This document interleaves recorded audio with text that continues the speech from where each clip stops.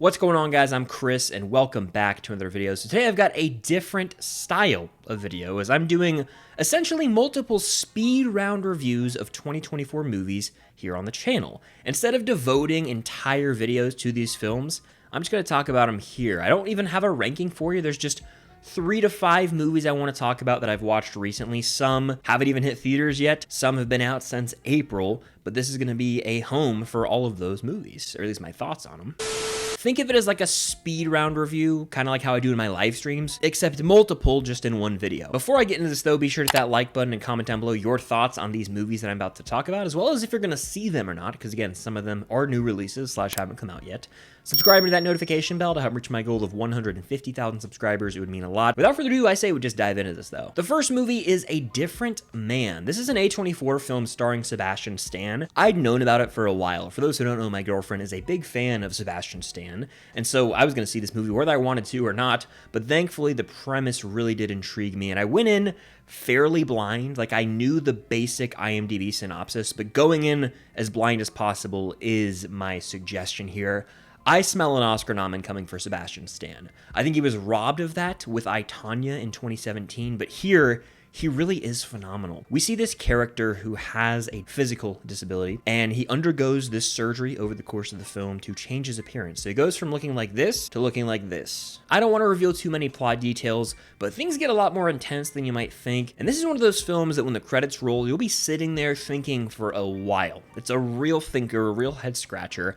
And I really am fond of movies that can make you think outside the box. It's also darkly comedic in many unexpected ways. Like, this is not a movie on paper that you would think you'd be having laughs in, but you go watch this and there's some perfectly timed dark humor that had me laughing out loud. I'm a fan of dark comedy. It's just my style of humor, and honestly, it works a lot here. The movie also has a lot to say about how shallow society can be with regard to beauty standards and physical disabilities, but there are so many more layers here as well. It's really one of those movies that 5-10 years from now, someone will put out like a 2-hour YouTube video breaking it all down, and it's going to be one that we look back on and have theories and discussions about for years to come. I gave it 4 out of 5 on Letterboxd. I hope Sebastian Stan gets nominated for an Oscar. I'd be remiss if I didn't mention Adam Pearson, who actually has the physical disability that's portrayed in the film, and he's a star in the film. He crushes it. His line delivery multiple times got me laughing out loud, and he really is a hidden gem in this film. But Sebastian Stan, your Oscar nom's coming. The next movie I saw was We Live in Time, starring Andrew Garfield and Florence Pugh. Now, this is the movie that you kind of know what you're getting when you go in. If you guys have seen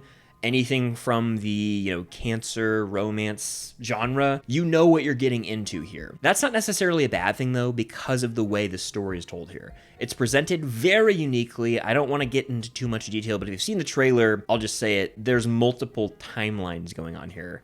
So you've got, Andrew Garfield and Florence Pugh in the early stages of their relationship, in the latter half, in the middle. And so you've got 3 different timelines ongoing in this film, which automatically makes this a more interesting watch. Andrew Garfield and Florence Pugh have insanely good chemistry on screen, and you really buy in to their romance as it unfolds through all stages of life. This is a movie that has the ability to pull on the heartstrings various times, get the tissues ready. Like, I laughed, I teared up at times. It's really just taking you through all the emotions. And it reminds you that through the highs and lows of this crazy journey we're all on called life, we're all just humans at the end of the day. We Live in Time shows that in a relatable yet tragic way. This is the type of movie we've seen before. It's not doing anything new necessarily, but it's still so well handled, well directed, well acted that you have to give it its flowers. If you are a fan of the genre, you'll eat this up. But honestly, I recommend this movie just for Andrew Garfield and Florence Pugh's performances alone. If either of them are to get nominated for an Oscar, my money's on Florence, but Andrew Garfield still crushes it. We Live in Time was able to stand out in this really crowded genre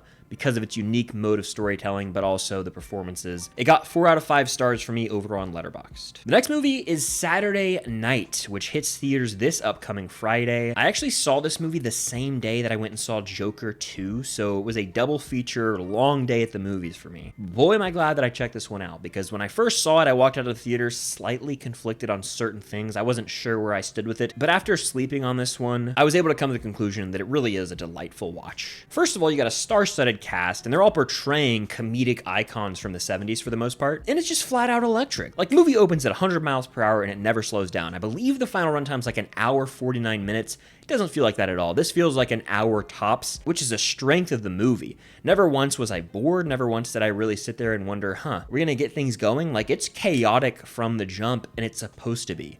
Yes, the movie can get a little too hectic at times, but I do believe that's intentional for the most part to show how insane the final 90 minutes leading up to the first ever Saturday Night Live broadcast really were. There was a chance that this thing wasn't even going to air, and they were just going to run reruns of The Tonight Show. I was very in the dark on a lot of the history behind SNL's first broadcast, and this movie was real informative in a sense. But I also just ate up this cast. They knocked it out of the park with their impressions of these actors. The script is tight, it's filled with sharp dialogue that keeps you engaged, and I'd say this is one of the pleasant surprises of the year. I knew the movie was gonna come out, I just totally forgot, and so it's here, boom.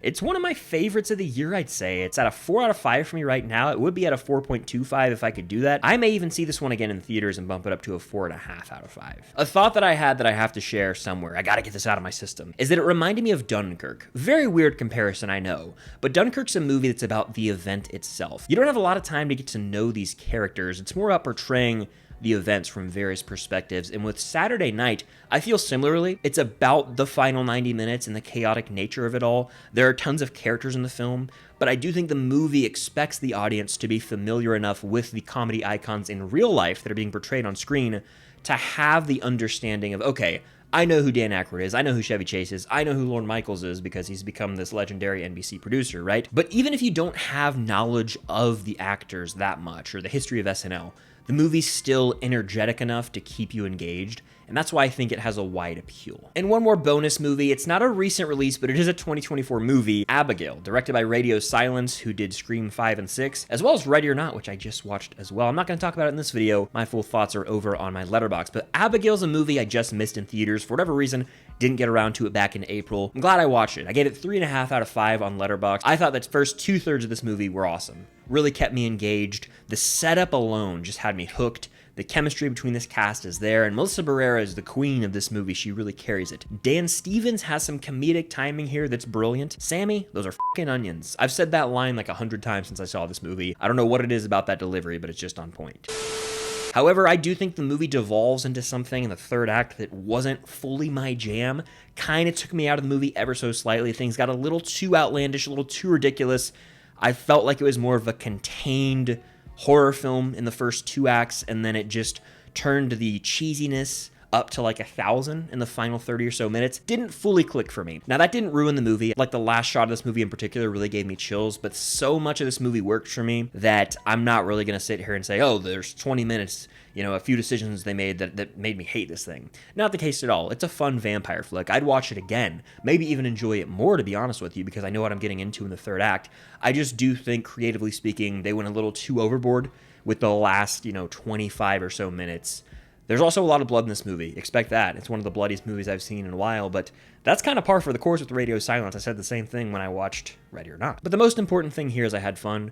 Cast crushed it. Melissa Barrera, she is a horror icon in my opinion, and I hope that she can be able to come back to Scream at some point down the line. But yeah, that does it for this quick speed round review session of 4 2024 movies that I haven't talked about on the channel at all. Honestly, October's a bit of a dry month, and so I wanted to get outside the box, and this is one of those outside the box ideas I had. So if you're watching this video and you watch to the end, thank you. This month's a bit weird. We don't have tons of new releases. I mean, I just talked about 3 of them that already came out, for me at least, so we got to get creative here. It's creative time, people. If you have any ideas, let me know in the comments down below. If you want to see me do this in the future, let me know as well. But what are your thoughts on these movies? Hit that like button, subscribe to that notification bell. Stay tuned for more content coming very, very soon. And until next time, I'll see you guys later.